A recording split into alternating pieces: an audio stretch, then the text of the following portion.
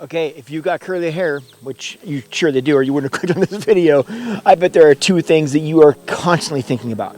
One, your hair being dry, and two, your hair being frizzy. Am I right? I gotcha. So today I'm going to cover the most common reasons that I see curly hair being dry and it being frizzy, and more importantly, how to combat those. Sound like a plan? Cool, let's do it. Oh, and by the way, if you know me, you know I take you on adventures while I teach you about hair, and today is no different. So I've got you out in Mount St. Helens near the ape caves, and there's some pretty cool little lava tubes and stuff around here, so I figured I'd show you something a little bit different today.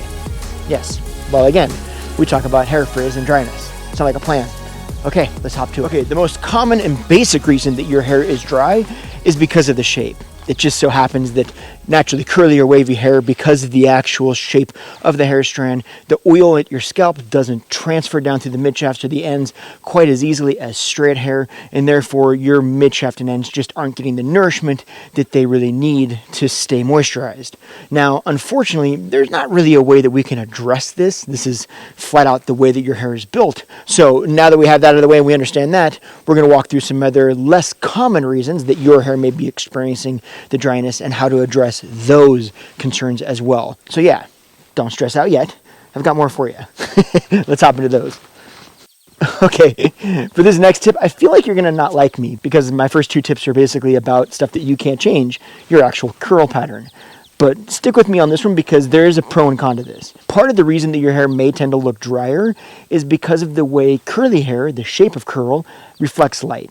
Has a tendency to look a little bit less shiny, and therefore the lack of shine can translate to looking drier. Now, an easy way to combat this is simply to use some sort of shine agent after you dry your hair. Now, that could be a pomade, an oil, or a spray shine. I would actually lend, if you're just trying to add shine, and you're not trying to like separate curls or add some sort of dimension like that or smooth the hair out, spray shines or shine sprays work really well. The one caveat I will say to those is just make sure that you don't use them around tile or wood or hard surfaces.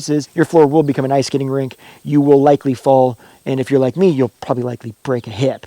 So don't do that. Now, here's the pro to this. Many times people get highlights or lowlights to add dimension to their hair.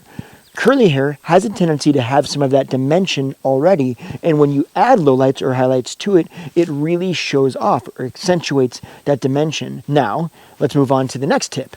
But before we do that, can we talk about how cool the fact that I'm standing kind of above a little lava tube cave is? There's a part of me that wants to go down here and explore, and then there's a part of me that recognizes I would get lost, and you would never hear from me again. In fact, you would never see this, so that really wouldn't matter. So I'm not going to do that.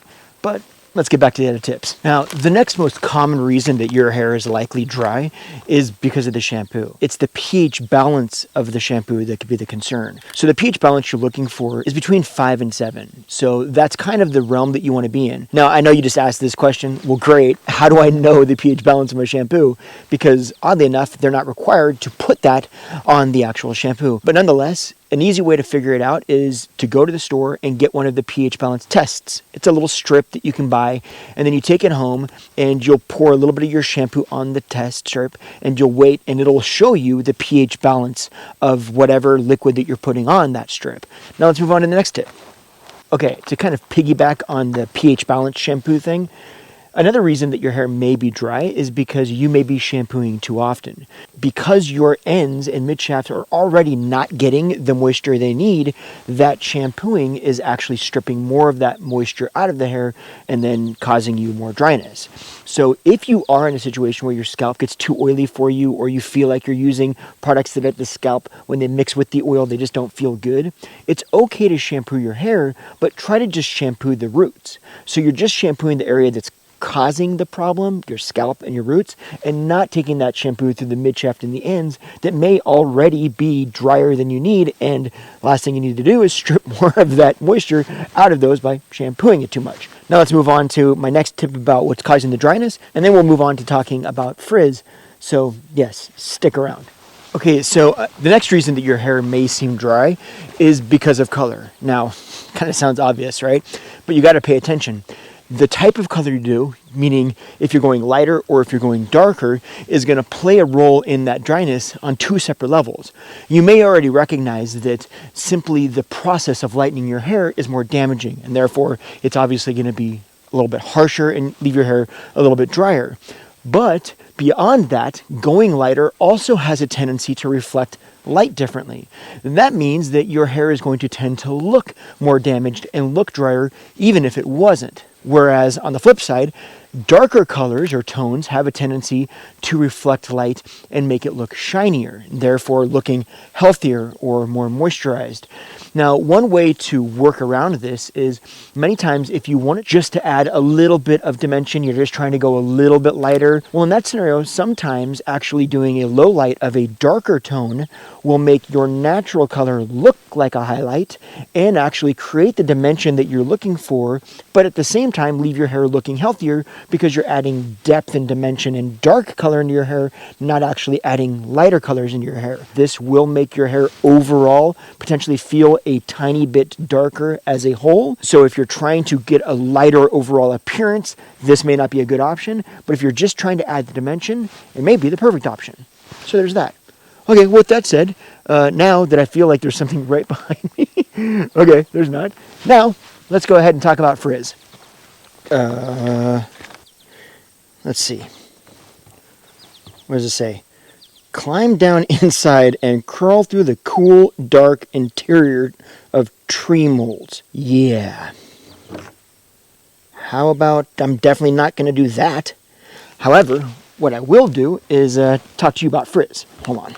Because that is terrifying. But then frizz may be terrifying for you. Terrible segue. Oh my gosh. Okay, nonetheless, let's talk about some things that cause frizz and more importantly, how you can manage it.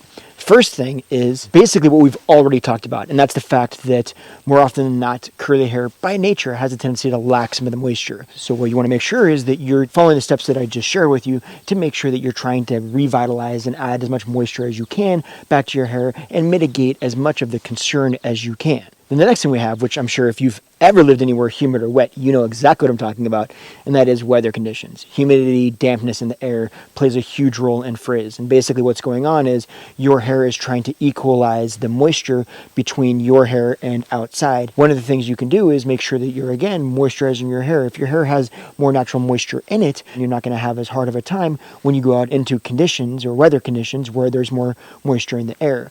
Another thing that you can actually do in a situation like that is if you're staying somewhere super humid, this sounds crazy, but actually dry your hair outside. It'll balance itself to the outside conditions, and then you won't have quite as much of that concern because it's already kind of balanced. Now, the next thing that causes it could be the towel that you're using to dry your hair. If you're still using cotton towels, and frizz is a big concern, you're going to want to switch to other towels. There are tons of different curly hair towels on the market.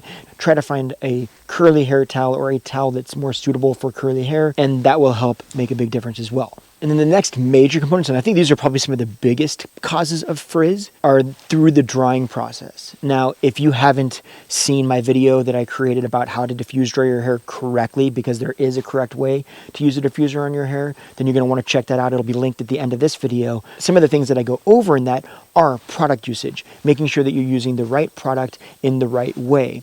The fact of the matter is you're going to rely on product to control that frizz. Even if you're managing it through other processes and all the stuff that we've already talked about, you're still managing it from the time that it gets wet to the time that it gets dry with the way that you're actually approaching that drying process. And a lot of that starts with the product that you're using as a foundation to control it, and that you're applying that product correctly from roots all the way to ends. That's going to make a huge difference in how your hair ends up drying and how much frizz you see. Then piggybacking off of that, while you're drying it, and this really speaks to whether or not you're using a diffuser or not using a diffuser, even if you're letting your hair air dry, you want to minimize the amount that you manipulate it. The more you manipulate your hair with your hands, touch it, the more wind blows on it. And I tell my clients, literally, if you're driving to work and you have the window down, just the air coming in can cause frizz. So really consciously paying attention and minimizing the amount of manipulation to your cuticle from the point that your hair is wet until the point that it is dry is going to play a huge role in the amount of overall frizz you see. And the last common cause of frizz, and this is a really big one, running your hands or running a comb or brushing through your hair after it's dry. When it's dry, 100% dry, it can handle a little bit more manipulation, but you still want to be mindful about how much you're manipulating it. But if you're trying to minimize the frizz, then you want to try to keep your hands out of it as much as possible and definitely don't comb through it. Okay, so with that said, your next step is watch this video right here so you can learn more about the drying process. And otherwise, I appreciate you hanging out. If you got value, make sure you hit the subscribe button. Join us every Tuesday when I bring out a brand new video. And we will see you next Tuesday on another adventure. Take care now. Bye.